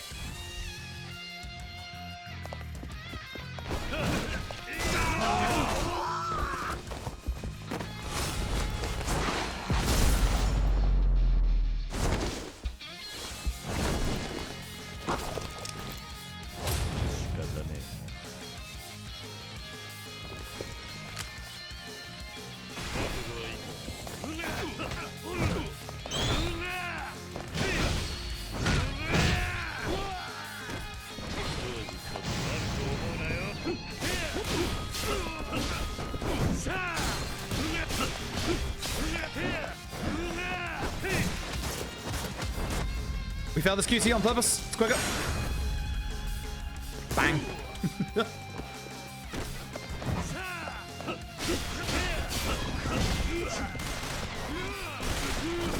Fuck, he almost killed me. Jesus Christ.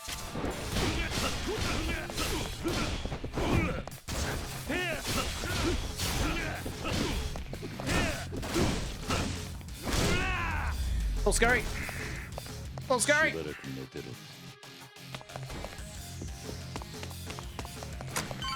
little scary. It's fine. It's fine. Chat, it's fine. Ah, it's fine. It's fine. All right, we have one new floor compared to OG3.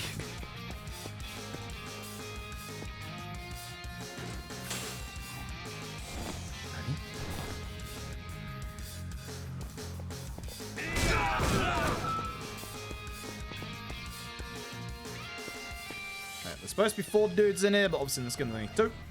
Because we have this instead. I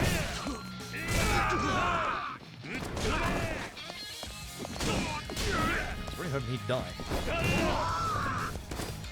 So this is one of those, like, problematic floors, because it's like, you know, we have a bunch of dudes, a bunch of guns. We also have, like, the main dude. We also have a guy with a rocket launcher, so, you know, careful. I'm so far away here. That's a bad idea. Yeah, this is a bad idea. There's no real good way to break their line of sight here, unfortunately.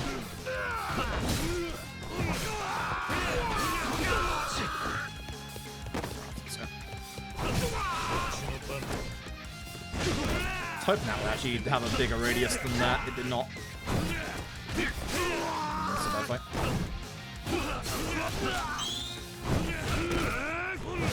Nice. Here's a fighter jet, don't worry about it. I think I can possibly pick up the rocket launcher really quickly here. I'm gonna try and just get the full chain.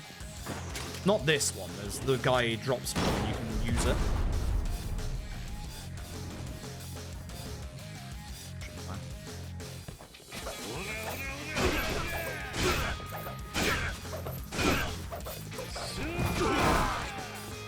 Decent hit.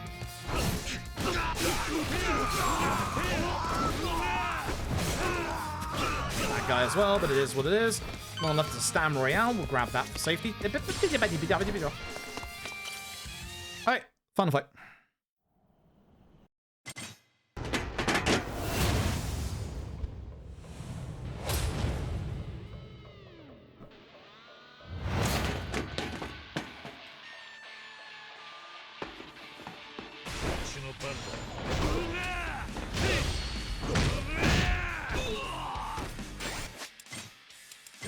Heat.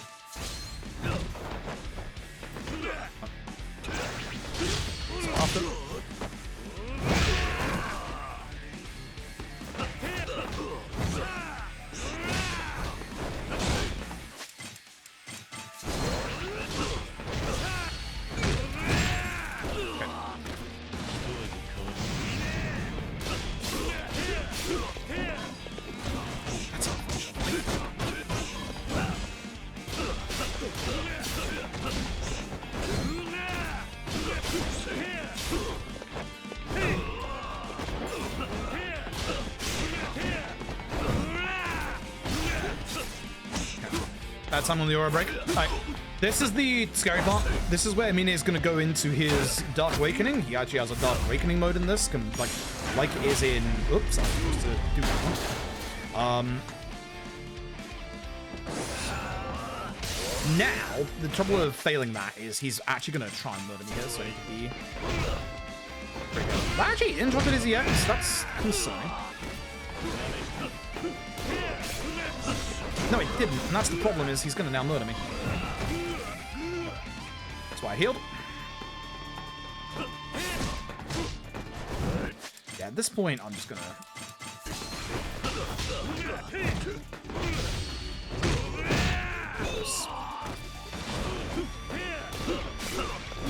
Yep. No, he hits me.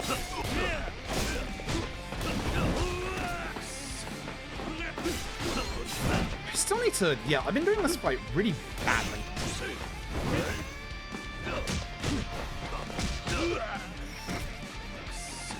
I'm just gonna heal just in case. Like, this is bad, but...